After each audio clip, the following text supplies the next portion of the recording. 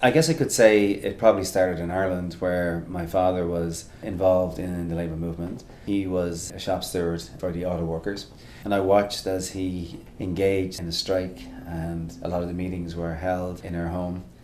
That kind of intrigued me as a 12-year-old, 13-year-old, watching this unfold.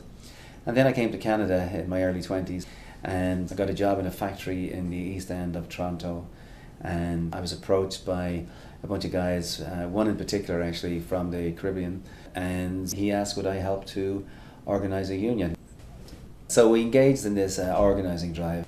Primarily the organising drive it became about as a result of there were no people of colour whatsoever in any supervisory role anywhere in the plant, and there was over like 1,000 workers there.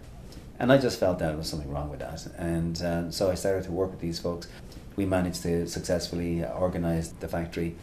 So that was the beginning of it. I left that factory and I joined Ontario Hydro, and the union there was CUPE. And then I began, because I had the bug from my earlier experience in Toronto, I became actively involved. Within weeks of being there, I became a shop steward, and there began the climb, if you will, up the ladder, and then eventually became the president of CUPE Ontario.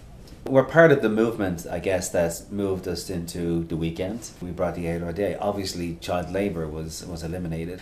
And then in later years, then we started to move into pay equity, where we started to agitate for women to be paid the same as men. Paternity leave was another big one that unions fought for.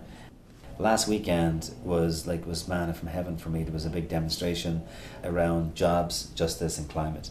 So we were finally bringing together the vision that I've had for a number of years. But it's the labour movement with the environmentalists, with Indigenous peoples, with poverty activists.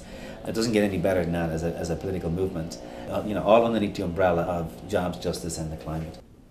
Well, I learned that social movements are that we have to be connected, and that basically in some ways that changed my brand of trade unionism and into what I call social unionism, where the labour movement cannot just be looking after its own workers.